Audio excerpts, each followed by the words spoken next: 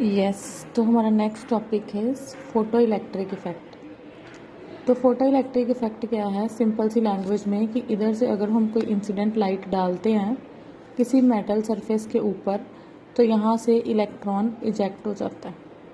ठीक है जी। क्या है सिंपल लैंग्वेज में, अगर हम इधर से लाइट डालते हैं इंसिडेंट लाइट तो यहाँ से इलेक्ट्रॉन जो है वो क्या हो रहा है, इजेक्ट हो रहा है। इलेक्ट्रॉन जो है वो निकल रहा है किसी मेटल सरफेस के ऊपर जब तुम लाइट डालते हो। ठीक है जी। तो कैसे एक्सप्लेन करेंगे हम फोटो इलेक्ट्रिक इफेक्ट को।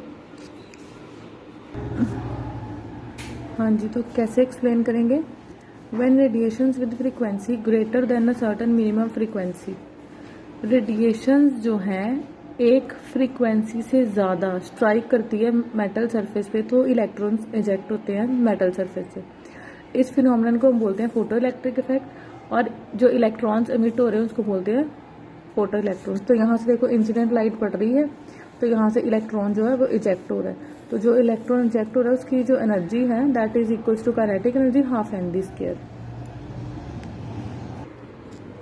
इसको मोर प्रिसाइसली ऐसे भी बोल सकते हैं, when light of certain minimum frequency, जिसको हम बोल देते हैं threshold frequency, falls on the surface of active metals. Active metals मतलब ग्रुप 1 एलिमेंट्स, ये सब मैंने आपको पीरियोडिक टेबल में कराया हुआ है, आप वहां से देखो ग्रुप 1 एलिमेंट्स कौन कौन से हैं। Electrons are emitted from the surface of metals, तो इलेक्ट्रॉन्स एमिट हो रहे हैं मेटल सरफेस से, और जो इलेक्ट्रॉन्स एमिट हो रहे हैं मैंने बताया उसको कहते हैं फोटो इलेक्ट्रॉन्स, और उस प्रोसेस को कहते हैं फोटो इलेक्ट्रिक इफेक्ट। अब सबसे पहली चीज है क्या क्या करेक्टरिस्टिक्स हैं फोटो इलेक्ट्रिक इफेक्ट के। तो सबसे पहली बात है electrons are emitted only when light of threshold frequency strikes active metal. तो इलेक्ट्रॉन्स तभी एमिट होंगे जब थ्रेशोल्ड फ्रीक्वेंसी की लाइट जो है वो स्ट्राइक करेगी एक्टिव मेटल से। अगर उससे कम, if light of frequency lower than threshold frequency, अगर उससे कम फ्रीक्वेंसी वाली लाइट जो है स्ट्राइक करती है तो इलेक्ट्रॉन्स एमिट नहीं होते। मतलब कि जितनी फ्रीक्वेंसी हमें चाहिए, अगर उससे कम फ्रीक्वेंसी वाली लाइट स्ट्राइक कर रही है मेटल से तो इलेक्ट्रॉन्स एमिटेड नहीं होंगे। अगर इलेक्ट्रॉन्स कब एमिटेड होंगे, जब लाइट थ्रेशोल्ड फ्रीक्वेंसी की स्ट्राइक करती है। ठीक है। अब देखो नेक्स्ट क्या है, the energy of radiation having frequency equal to threshold frequency. जो एनर्जी रेडिएशन की जिसकी जो इक्वल है थ्रेशोल्ड फ्रीक्वेंसी को, उसको हम बोल देते हैं work function of the metal. और work function of the metal जो है वो क्या होता है, h nu naught. Work function को क्या बोल सकते हैं हम, minimum energy required to remove electron from active metal. कितनी हमें मिनिमम एनर्जी रिक्वायर्ड है एक्टिव मेटल से इलेक्ट्रॉन रिमूव कराने के लिए, उसको हम वर्क फंक्शन बोल देते हैं। अब नेक्स्ट है velocity. Velocity means kinetic energy जो है इलेक्ट्रॉन्स के ऊपर डिपेंड करती है कितनी फ्रीक्वेंसी की लाइट यूज करी है हमने। ठीक है जी। वेलोसिटी और काइनेटिक एनर्जी किस पर डिपेंड करती है, कितनी फ्रीक्वेंसी की लाइट एनर्जी यूज करी है। हाँ, अब वेलोसिटी और काइनेटिक एनर्जी इंटेंसिटी पे डिपेंड नहीं करती। ठीक है। कितने इलेक्ट्रॉन्स एमिट कर रहे हैं वो इंटेंसिटी पे डिपेंड करती है। ठीक है जी। तो ये है, ये फोटो इलेक्ट्रिक इफेक्ट का जो है वो डायग्राम है। और उसके बाद हम पढ़ते हैं कि इसको स्टडी कैसे किया, अपरेटस।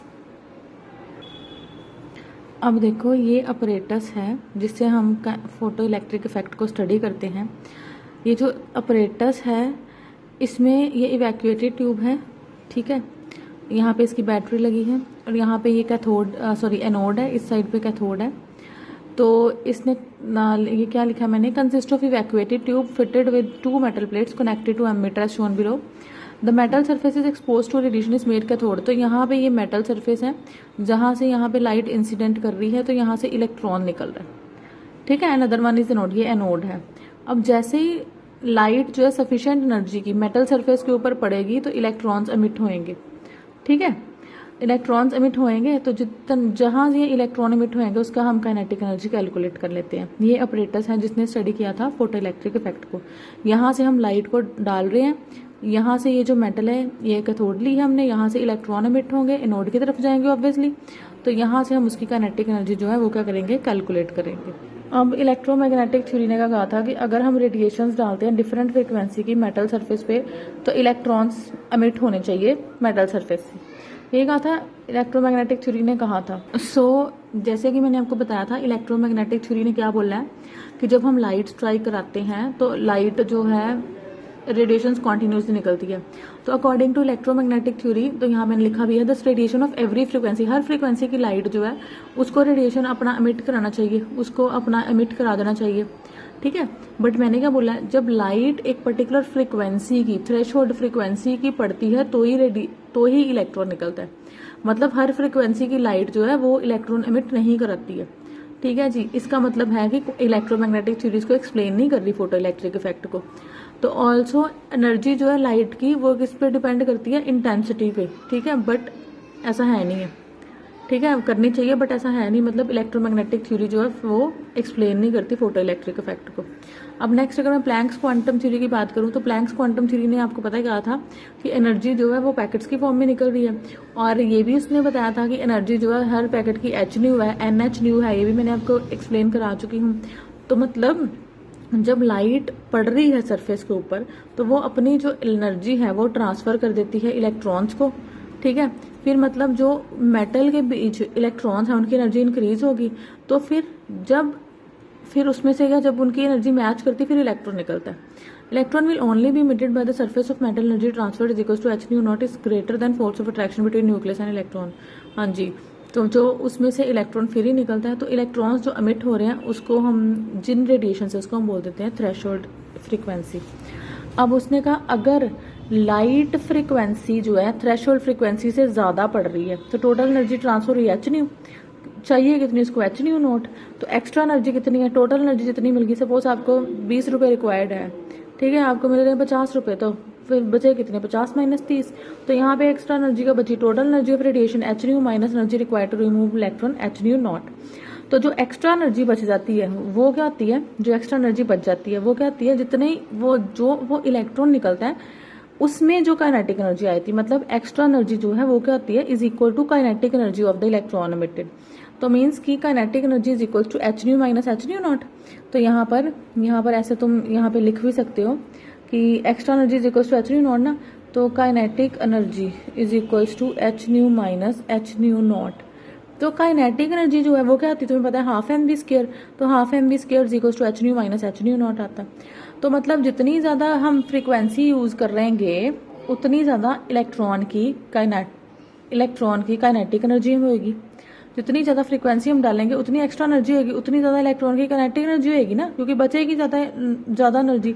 आपको 20 रुपए चाहिए, अगर मैं आपको 50 दूंगी तो 30 बचेंगे, 100 दूंगी तो 70 बचेंगे। मतलब जितनी ज्यादा फ्रीक्वेंसी की रेडिएशन हम यूज करेंगे तो उतनी ज्यादा इलेक्ट्रॉन की काइनेटिक एनर्जी होगी। तो नेक्स्ट पॉइंट है number of electrons emitted depends upon intensity of light used. कितने इलेक्ट्रॉन्स यूज निकल रहे हैं ये डिपेंड करता है intensity of light used. Greater is the intensity of radiation used, greater is the number of electron. जितनी ज्यादा इंटेंसिटी की हम लाइट फेंकेंगे पड़ेगी उसके, उतने ज्यादा इलेक्ट्रॉन्स एमिट होंगे। मीन्स की प्लैंक्स क्वांटम थ्योरी यही एक्सप्लेन करती है फोटो इलेक्ट्रिक इफेक्ट को, यही एक्सप्लेन करती है ब्लैक बॉडी रेडिएशन को। अब सबसे पहले हमने ग्राफ्स देखने हैं। सबसे पहले मैं बात करती हूँ काइनेटिक एनर्जी वर्सेस इंटेंसिटी में। मैंने क्या बोला है, काइनेटिक एनर्जी और जो ये है इस पर डिपेंड ही नहीं करती, इंडिपेंडेंट है, ठीक है। तो ये ऐसा ग्राफ आ जाएगा।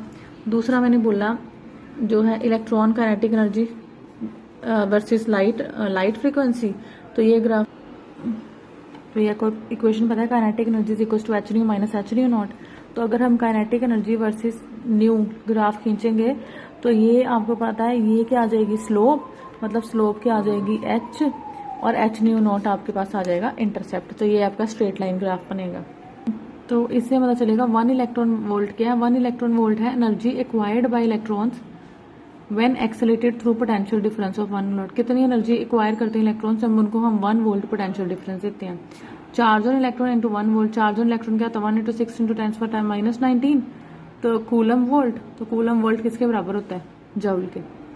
अब नेक्स्ट है dual nature of electromagnetic radiations. Dual nature of electromagnetic radiation अभी आपको मैंने पढ़ाया है कि जैसे प्रॉपर्टीज ऑफ ड्यूल नेचर का मतलब क्या है, ड्यूल मीन्स डबल, मतलब कि रेडिएशन जो है उसका डबल नेचर है। एक तो उसका पार्टिकल नेचर है और एक तो उसका वेव नेचर है, मतलब वो एज पार्टिकल बिहेव करती है और एज वेव बिहेव करती है। तो सबसे पहले आप देखो properties of radiations like interference, diffraction are explained on the basis of wave nature, ठीक है। और properties of radiations like black body radiation और फोटो इलेक्ट्रिक इफेक्ट उसने पार्टिकल नेचर एक्सप्लेन किया था। तो अभी हमने जो ऊपर वाला इंटरफेरेंस डिफ्रैक्शन हमने पढ़ा नहीं है, तो नीचे ब्लैक बॉडी और फोटो इलेक्ट्रिक तो आपने पढ़ा ही है। तो उससे हमें पता चलता है कि जो रेडिएशन है उसका पार्टिकल नेचर है, मतलब कि कोई भी रेडिएशन है जो इलेक्ट्रोमैग्नेटिक रेडिएशन है उनका ड्यूअल करेक्टर होता है। ड्यूअल करेक्टर मतलब, नोट कर लेना इस बात को, ड्यूअल करेक्टर मतलब कि उसका पार्टिकल नेचर भी है और उसका वेव नेचर भी है। Dual means double. ठीक है जी। तो नेक्स्ट आता है क्या क्या ड्रॉबैक्स थे रदरफोर्ड मॉडल के। रदरफोर्ड मॉडल आप पढ़ चुके हो। तो रदरफोर्ड मॉडल जो था, सबसे पहली बात है unable to explain stability of atom. इसने स्टेबिलिटी ऑफ एटम एक्सप्लेन नहीं की थी। इसके अकॉर्डिंग क्या था, जो रदरफोर्ड के अकॉर्डिंग इलेक्ट्रॉन्स न्यूक्लियस के अराउंड रिवॉल्व कर रहे हैं। तो इलेक्ट्रॉन्स के ऊपर चार्ज है, तो मतलब कोई भी चार्ज बॉडी अगर मूव करती है तो वो रेडिएशन एमिट करती है, मतलब कि at the end radiation emit हो रही है, तो जो रिवॉल्विंग इलेक्ट्रॉन है उसको एनर्जी लूज कर देनी चाहिए और अल्टीमेटली उसको न्यूक्लियस में फॉल कर जाना चाहिए और एटम जो है वो कोलैप्स कर जाना चाहिए। बट एक्चुअली में ऐसा नहीं होता है। ठीक है जी, क्यों नहीं होता ये बताएंगे। नेक्स्ट है यही इसकी रदरफोर्ड की जो है लिमिटेशन है, लाइन स्पेक्ट्रा ऑफ एलिमेंट्स उसने एक्सप्लेन नहीं किया था, ये भी हमने पढ़ना है। नेक्स्ट था कि उसने distribution of electron around nucleus वो भी एक्सप्लेन नहीं की थी। एनर्जीज जो थी इलेक्ट्रॉन्स की वो भी एक्सप्लेन नहीं की थी। तो ये सारी चीज़ें जो एक्सप्लेन की थी ये बोली थी, एक्सप्लेन की थी बोहर ने, नील्स बोहर ने 1913 में बोहर मॉडल दिया था, जिसको हम अपने नेक्स्ट लेक्चर में पढ़ने वाले हैं। आई होप आपको ये आज का लेक्चर समझ लग गया होगा। अगर आपको नहीं समझ लगा है तो प्लीज़ मेरे से क्वेश्चन पूछ सकते हो आप कमेंट सेक्शन में।